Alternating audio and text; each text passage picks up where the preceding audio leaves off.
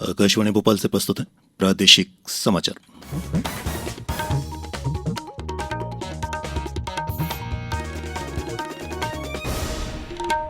नमस्कार, समाचारों के साथ मैं प्रशांत सेंगर। सबसे पहले एक अपील।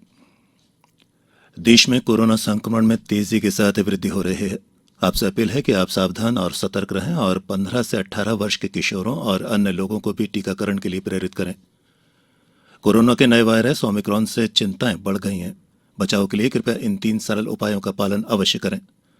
मास्क लगाएं, 2 गज की सुरक्षित दूरी बनाए रखें और हाथ और चेहरा साफ रखें। कोविड संबंधी किसी भी जानकारी और मार्गदर्शन के लिए राष्ट्रीय हेल्पलाइन नंबर 011239780046 और 1075 पर संपर्क करें। और अब समाचार सुनिए। सबसे पहले मुख्य समाचार।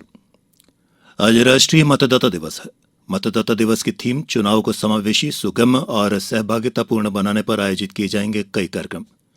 प्रदेश ने सुकन्या समृद्धि योजना में अब तक करीब 23 लाख खाते खुलवाने की उपलब्धि हासिल की। राष्ट्रीय पर्यटन दिवस पर पर्यटन गतिविधियों को बढ़ाने के लिए प्रदेश में किए जा रहे हैं कई कार्यक्रम। और भारत महिला एशिया कप हॉकी टूर्नामेंट के सेमीफाइनल में पहुंचा। सेमीफाइनल में कल भारत का सामना कोरिया से होगा। और अब समाचार विस्तार से। आज राष्ट्रीय मतदाता दिवस मनाया जा रहा है। 12वें राष्ट्रीय मतदाता दिवस की थीम है चुनाव को समावेशी, सुगम और सहभागितापूर्ण बनाना।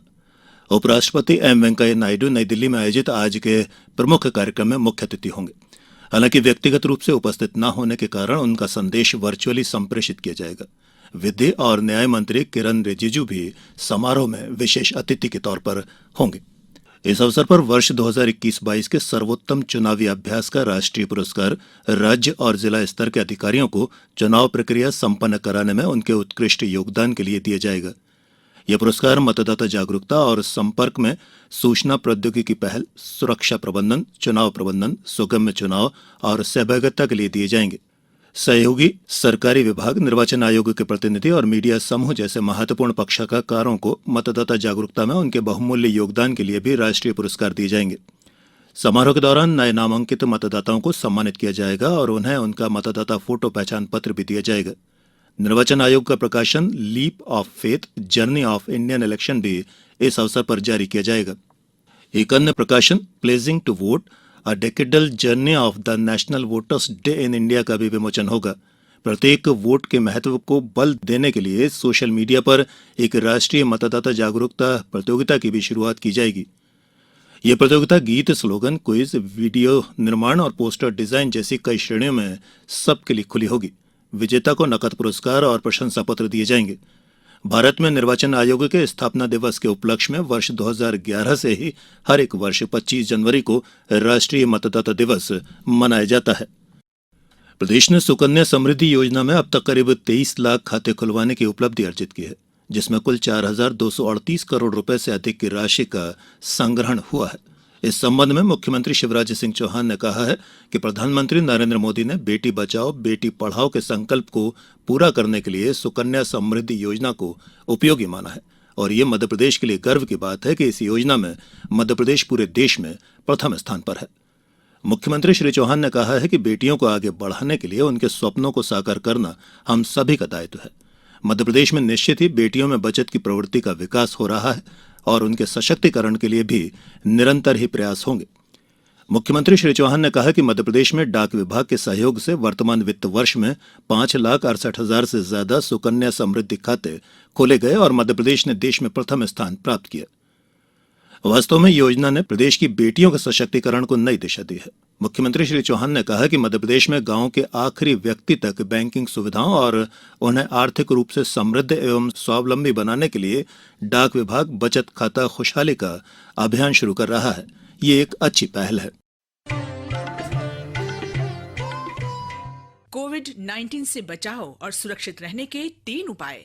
मास्क लगाएं, 2 गज दूरी है जरूरी, सुरक्षित दूरी रखें, हाथ और मुंह साफ रखें। प्रादेशिक समाचारों में एक बार फिर आप सभी का स्वागत है। मुख्यमंत्री शिवराज सिंह चौहान ने राष्ट्रीय पर्यटन दिवस पर प्रदेशवासियों को बधाई दी है।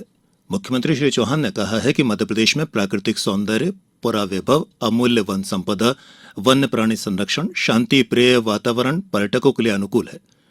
देश के मध्य में स्थित होने से सभी राज्यों के पर्यटक मध्य प्रदेश आते हैं।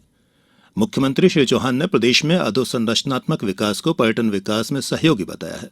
प्रदेश में गत 1.5 दशक में बुनियादी क्षेत्रों में सुविधाओं को तेजी से बढ़ाया गया है।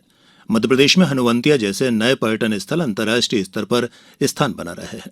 इसके अलावा ओंकारेश्वर में निर्मित की जाने वाली स्टैच्यू ऑफ वेनेनेस प्रदेश के पर्यटन महत्व को बढ़ाने का काम करेगी।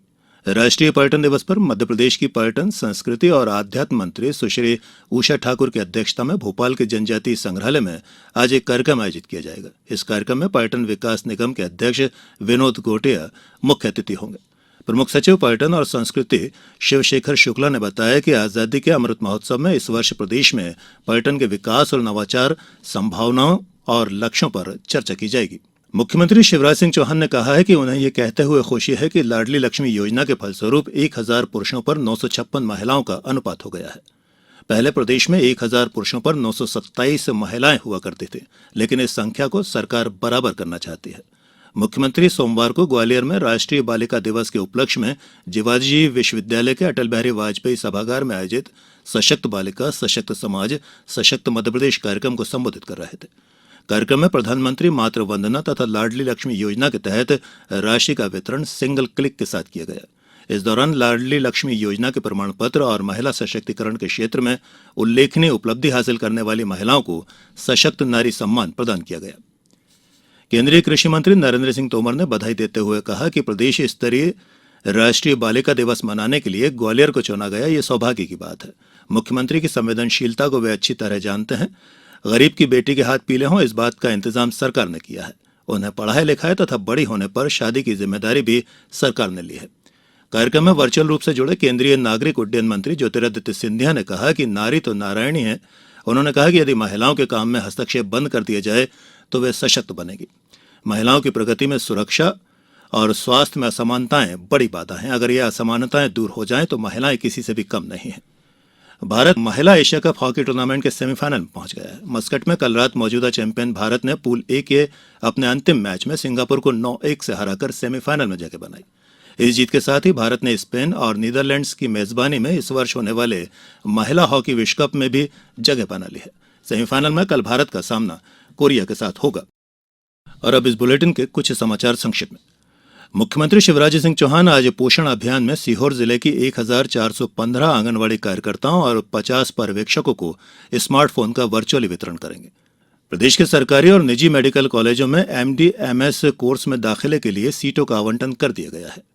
और शिवपुरी में गणतंत्र दिवस की सभी आवश्यक तैयारियां पूरी कर ली गई हैं। कल मुख्य समारोह से पहले फुल ड्रेस रिहर्सल की गई। इस बुलेटिन में फिलहाल इतना ही। अंत में एक अपील, हमेशा ध्यान रखें, मास्क और 2 गज की दूरी, हाथ धोना भी है जरूरी। नमस्कार।